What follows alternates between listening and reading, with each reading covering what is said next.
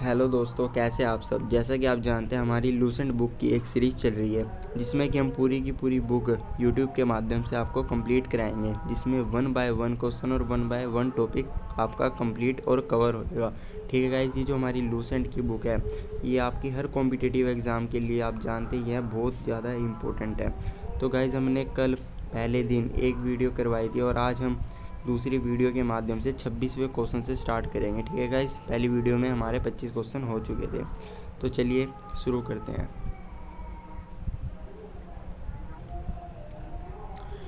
तो गाइस, हमारा पहला क्वेश्चन ये रहा, 26 क्वेश्चन। ठीक है गाइस, ये रहा, मोहनजोदड़ो कहाँ स्थित है।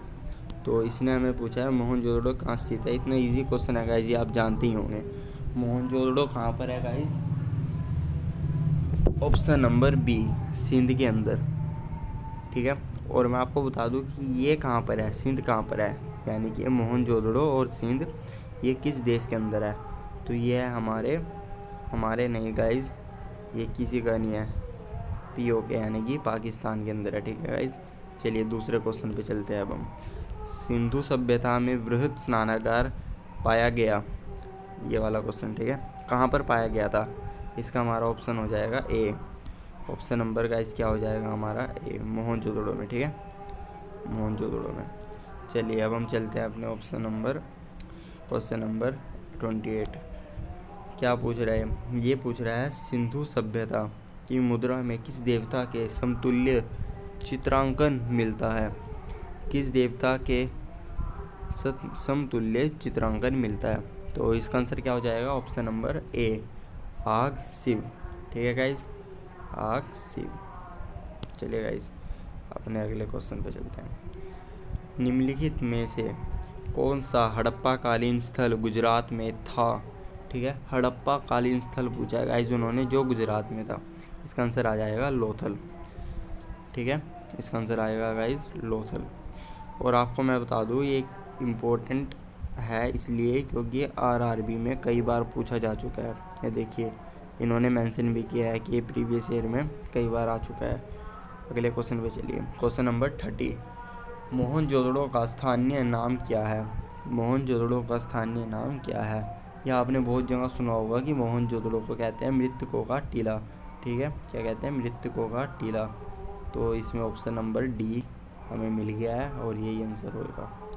चलिए अब हम चलेंगे क्वेश्चन नंबर 31 पर। ठीक है गाइज,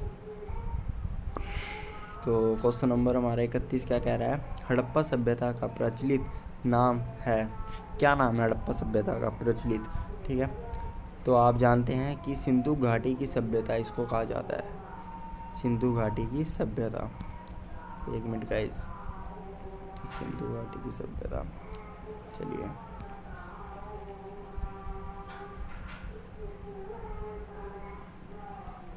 चलिए गाइज अब हम चलेंगे अपने अगले क्वेश्चन पे। अगला क्वेश्चन है हमारा क्वेश्चन नंबर 32। ठीक है, ये कह रहा है कि सैंधव स्थलों के उत्खनन से प्राप्त मोहरों पर निम्नलिखित में से किस पशु का सर्वाधिक उत्कीर्णन हुआ है। ठीक है, तो किस पशु का हुआ है गाइज, ये हमारा आ जाएगा ऑप्शन नंबर सी, बैल का। ठीक है, क्या आएगा हमारा ऑप्शन नंबर सी, बैल। चलिए अगले नंबर पर, अगला है हमारा 33। तो ये क्या पूछ रहा है, सिंधु घाटी सभ्यता जानी जाती है। ये पूछ रहा है सिंधु घाटी सभ्यता किस चीज़ के लिए प्रसिद्ध है। तो किस चीज़ के लिए गाइज, ये है हमारी 33 नंबर क्वेश्चन का आंसर हो जाएगा ए। ठीक है, अपने नगर नियोजन के लिए। आप जानते हो कि सिंधु घाटी सभ्यता का एक अन्य नाम नगरीय सभ्यता भी है। सिंधु घाटी की सभ्यता भी है और नगरीय सभ्यता भी है। ठीक है, चलिए अगले क्वेश्चन पे, क्वेश्चन नंबर 32। तो ये हो जाएगा हमारा सिंधु घाटी सभ्यता का कौन सा स्थान भारत में है। ठीक है, मैं आपको सारे स्थान बताता हूँ गाइस एक एक करके। एक मिनट, ये पूछ रहा है कौन सा स्थान भारत में है। तो हमारा जो गाइस हड़प्पा है, हमारा जो हड़प्पा स्थान है ये है हमारा, एक मिनट,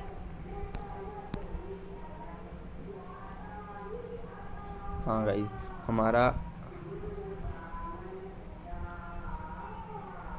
ये जो हड़प्पा है गाइस हमारा, ये है पाकिस्तान में, ठीक है। क्या कहाँ पर है? पाकिस्तान में। और ये जो मोहनजोदड़ो है ये कहाँ पर है? सिंध में। और सिंध कहाँ पर है? सिंध भी पाकिस्तान में ही है, ठीक है गाइस। सिंध में है और सिंध भी कहाँ पर है? ये भी पाकिस्तान में ही है। POK मतलब पाकिस्तान। तो कौन सा ऑप्शन बचा हमारा? ऑप्शन बचा हमारा ये लोथल।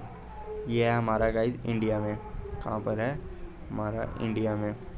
और जैसा कि आप जानते हैं इंडिया में कहाँ पर होगा ये? गुजरात के अंदर। कहाँ पर? गुजरात में, ठीक है। तो मैंने आपको सारे इंपॉर्टेंट पॉइंट बता दिए हैं। चलिए अगले क्वेश्चन पे चलते हैं। अगला क्वेश्चन है हमारा 35वां, यानी कि 35। भारत में खोजा गया पहला पुराना शहर कौन सा था? सबसे पहला पुराना शहर, तो ये तो आप जानते ही है कौन सी सभ्यता पढ़ रहे हैं, हड़प्पा सभ्यता। तो इसका आंसर भी क्या होगा? हड़प्पा, ठीक है गाइस, हड़प्पा। चलिए अगले क्वेश्चन पे 36। भारत में चांदी की उपलब्धता के प्राचीनतम साक्ष्य मिलते हैं। कहाँ पर मिलते हैं? तो चांदी की उपलब्धता के प्राचीनतम, सबसे प्राचीन हमारी चांदी की कहाँ उपलब्धता पाई जाती है? तो ये हमारा है ऑप्शन नंबर, हम कौन सी संस्कृति पढ़ रहे हैं? हड़प्पा। तो आंसर भी क्या होगा हमारा? हड़प्पा संस्कृति, ठीक है। 36 का ऑप्शन नंबर ए, 36 का ऑप्शन नंबर ए। चलिए अगले पे 37।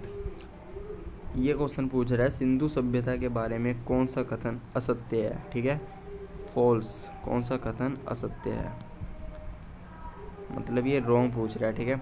इनमें से गलत क्या होगा? जैसे कि आप जानते हैं नगर जैसे कि आप जानते हैं नगरों में नालियों की सुदृढ़ व्यवस्था थी। ये थी या नहीं? बिल्कुल थी, ठीक है गाइस। वहाँ नगरों में नालियों की बहुत अच्छी व्यवस्था थी। दूसरा वो पूछ रहा है व्यापार और वाणिज्य उन्नत दशा में था, ठीक है, उन्नत दशा में था। तो ये भी था, वहाँ पर जो व्यापार था और वाणिज्य था वो बहुत ही उन्नत दशा में था। और तीसरा पूछ रहा है मातृ देवी की उपासना की जाती थी। बिल्कुल की जाती थी। तो हमारा ऑप्शन क्या बचा? ऑप्शन बचा हमारा ऑप्शन नंबर डी। तो यही हमारा, ये रॉन्ग है, ठीक है गाइस। सत्य पूछा है ना उसने, तो हमारा आंसर क्या हो जाएगा? Option number D. चलिए अगले नंबर पे, अगला हमारा है 38 क्वेश्चन। तो गाइस जो 38 क्वेश्चन है वो हमारा सूची वाला है, वो हम छोड़ेंगे, हम आएंगे 39 क्वेश्चन पर, ठीक है गाइस। 39 में वो पूछ रहा है मांडा किस नदी के किनारे स्थित था? जो मांडा था, मांडा भी उस टाइम का बहुत ही प्रचलित एक नगर मान लो या आप कुछ भी कह दो उसको, एक तरह से बहुत ही अच्छा क्षेत्र था, ठीक है गाइस। मांडा किस नदी के किनारे? मांडा, उसने क्या पूछा है गाइस? नदी पूछी है। तो वो किस नदी के किनारे था? मांडा था हमारा चेनाब नदी के किनारे, चेनाब, ठीक है गाइस। चलिए अगले क्वेश्चन पे। अगला क्वेश्चन उसने पूछा है हड़प्पा कालीन स्थल रोपड़ पंजाब नदी के किनारे स्थित था। हड़प्पा कालीन जो स्थल रोपड़ था, ठीक है, रोपड़, वो पंजाब में किस नदी के किनारे स्थित था? किस नदी के किनारे स्थित था वो पंजाब के अंदर? तो वो था हमारी सतलुज नदी के किनारे। जैसे आप जानते हैं पंजाब में एक बहुत फेमस नदी है सतलज, तो सतलज ही आएगा इसका आंसर भी। हड़प्पा में एक, अगला क्वेश्चन हमारा कौन सा है? 41 पूछ रहा है हड़प्पा में एक उन्नत जल प्रबंधन प्रणाली का पता चलता है, ठीक है। कहाँ पे पता चलता है? धोलावीरा में, धोलावीरा में, ठीक है गाइस। हम अब आएंगे अपने अगले क्वेश्चन पे 42 पे। तो गाइस हमारा 42 क्वेश्चन में क्या पूछ रहा है देखते हैं, चलिए। 42 में वो पूछ रहा है हड़प्पा के मिट्टी के बर्तनों पर सामान्यतः किस रंग का उपयोग हुआ था? तो किस रंग का हुआ था बताइए गाइस, फटाफट कमेंट करिए, इसका आंसर आ जाए। चलो मैं बताता हूँ, इसका आंसर लाल है। किसका हुआ था? लाल रंग का हुआ था, ठीक है, लाल रंग का। चलिए अगले क्वेश्चन पे। अगला वो पूछ रहा है गाइस हमसे सिंधु सभ्यता निम्नलिखित में से किस युग में पड़ता है? किस युग में पड़ता है वो बताइए, जिसको आंसर पता है फटाफट। तो इसका आंसर हमारा आ जाएगा ऐतिहासिक काल। लेकिन ऐतिहासिक काल कौन सा होगा? आदि वाला होगा, ठीक है, ऐतिहासिक काल, ऑप्शन नंबर डी। आद्य ऐतिहासिक काल। चलिए अगला क्वेश्चन है हमारा 42। क्या पूछ रहा है, सिंधु घाटी सभ्यता की विकसित अवस्था में निम्नलिखित में से किस स्थल से घरों में कुएं के अवशेष मिले हैं। ठीक है, घरों में कुओं के अवशेष मिले हैं, कौन सा स्थल है वो बताइए। तो स्थल का नाम है मोहनजोदड़ो। और मैं आपको एक चीज़ बता दूं, इससे पहले वाला क्वेश्चन बीपीएससी में पूछा गया है और ये वाला क्वेश्चन यूपीएससी में पूछा गया है। ठीक है गाइस, कहाँ पर, यूपीएससी में, इससे पहले वाला बीपीएससी में। तो ये बहुत इंपॉर्टेंट हो जाते हैं गाइस।